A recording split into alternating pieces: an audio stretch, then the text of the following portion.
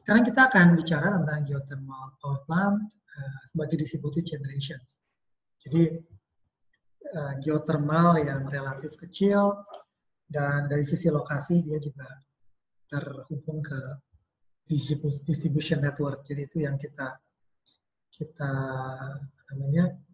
akan bahas di sini, pembangkit geothermal, pembangkit panas bumi sebagai distributed generation.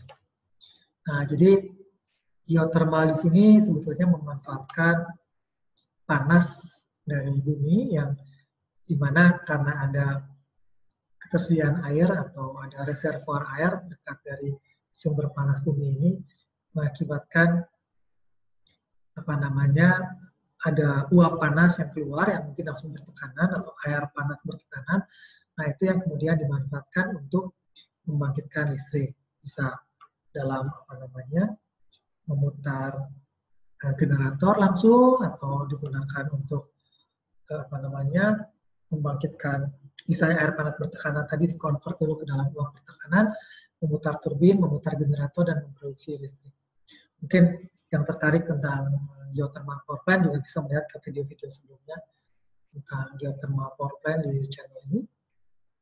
Dan penggunaan geothermal juga adalah ketika air yang sempat dimanfaatkan untuk membangkitkan listrik tadi kemudian diinjeksi kembali ke dalam reservoir untuk dipanaskan kembali oleh sumber panas yang ada di panas bumi. Nah, ketika cycle ini di maintain, maka tekanan air di reservoir itu bisa dijaga.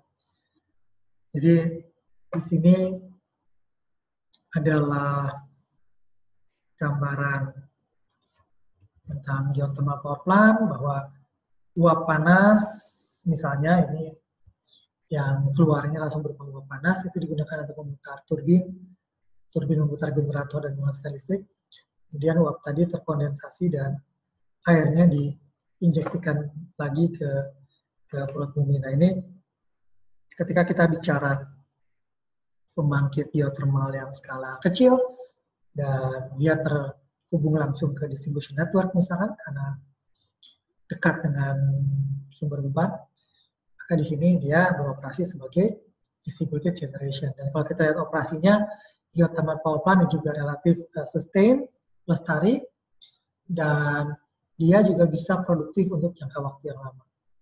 Dan yang terpenting tidak ada emisi karbon yang dihasilkan ke udara dalam proses pembangkitan listriknya. Nah, sehingga mungkin yang penting di sini untuk dipahami adalah bahwa geothermal itu bisa didispatch dalam arti kata kita mungkin bisa konstankan ya, relatif konstankan daya listrik yang dihasilkan oleh suatu pembangkit geothermal berdasarkan desain. Tapi dia mungkin tidak fleksibel sebagaimana misalkan diesel generator yang kita bisa menaikkan menurunkan tegangannya dengan relatif fleksibel atau mikroturbin yang bisa naik turun mengikuti beban. Jadi dia bisa diatur ya, tapi diatur cenderung dalam suatu besaran yang konstan, bukan diatur dikendalikan untuk bisa naik turun mengikuti beban sebagaimana mikroturbin dengan diesel generator misalkan. Sehingga geothermal ini masih sering dikategorikan sebagai distributed generation yang controllable karena bisa di-set konstan, tapi tidak se-fleksibel distributed generation berbahan bakar fosil, di mana bisa dengan mudah bahan bakarnya itu disuplai ke dalam generatornya untuk kemudian fleksibel dalam membangkitkan listrik.